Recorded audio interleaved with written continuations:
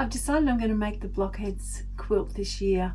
I wasn't sure if I should start another quilt, but I really like the Blockheads patterns.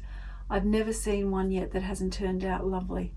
I do have one in my UFO list and I'll keep working on that, but I'm going to make the Blockheads 6 quilt and keep up, see if I can do it each week. If you don't know about Blockheads, they have designers with Moda Fabrics who release a pattern each week. You follow, make the blocks, and then they'll give you some ideas for quilt layouts, or you can use the blocks for something else. It's completely free, it's always good, and some really beautiful quilts come out of it. So I'd encourage you to have a go. It's especially good if you're a new quilter and you want to try some different blocks, you want to learn some new techniques, because they make a video each week explaining how to make the block, and then often the designers of each block will also, show you what they did, give you hints and tips. So I'm going to turn the camera around in a minute and show you the fabric I'm going to use. It's a beautiful Lori Holt line called Prairie Meadow. I'm just going to turn the camera. So I'm just going to show you through this absolutely beautiful bundle of fabric that I'm going to use. Now, years ago I bought a quilt kit to make one of Lori Holt's quilts, and I didn't make it. So I'm going to use it for this quilt.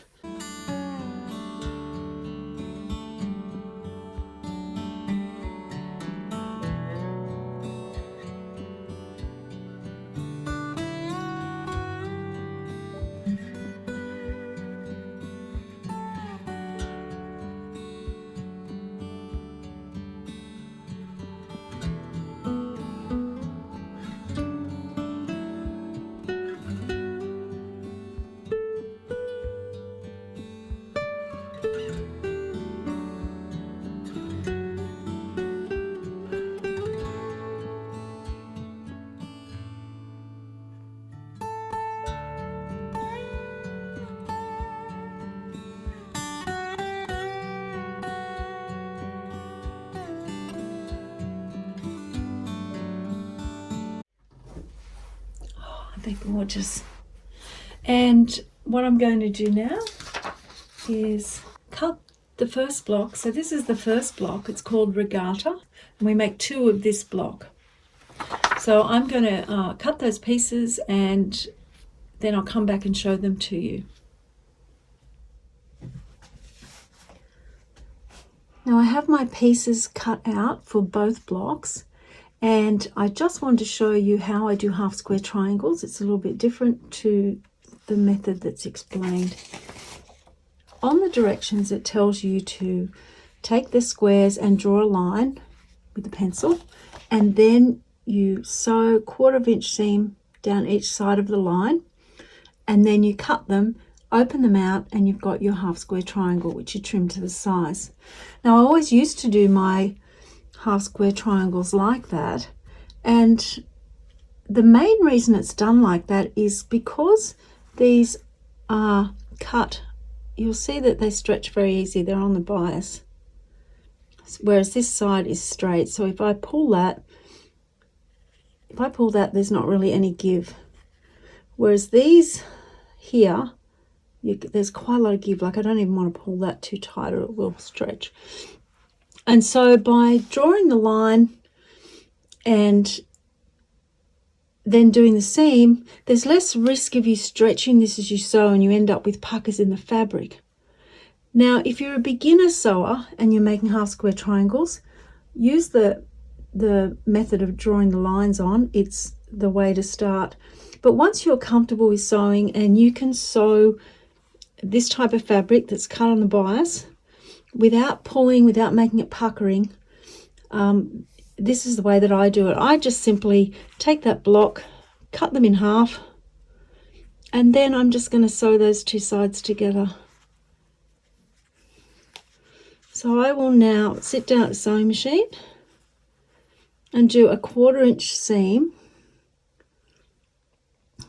down here, and I have a 1/4 inch seam foot on my machine, which I'll just show you what that looks like in case you haven't seen one. So this is a 1/4 inch seam foot, which I use on my Singer.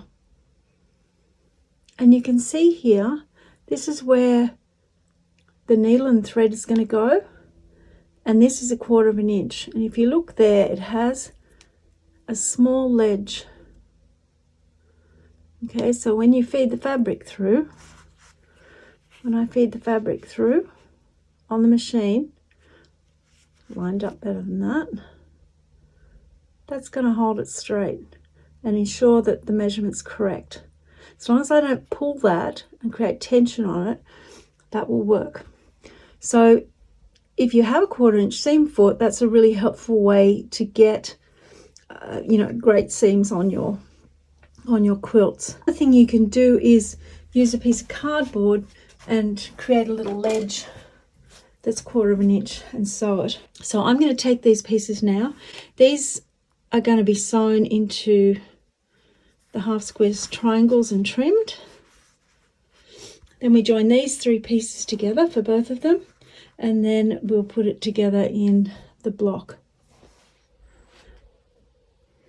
Now I've sewn together each of the half square triangles, and I've sewn together the center parts of the block.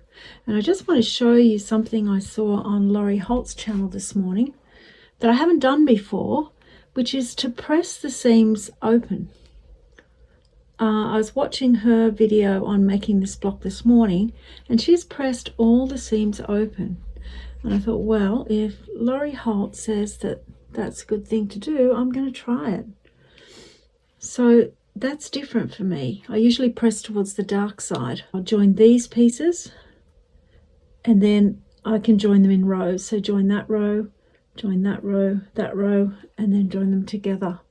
I'm going to go and do that now, and then I'll show you the finished blocks. So we've got all the blocks sewn together, and this is the first block in Blockhead 6. You need to make 2 of them. I've done the seams open on both of them, so the seams are pressed open. So I'm going to leave a link to her video, a link to the information about Blockhead 6, and also there's a few other people making the blocks online. I know Jess from So Blessed by Jess is doing it, and I'll leave some links in the description for more information about it. I'll see you in the next video.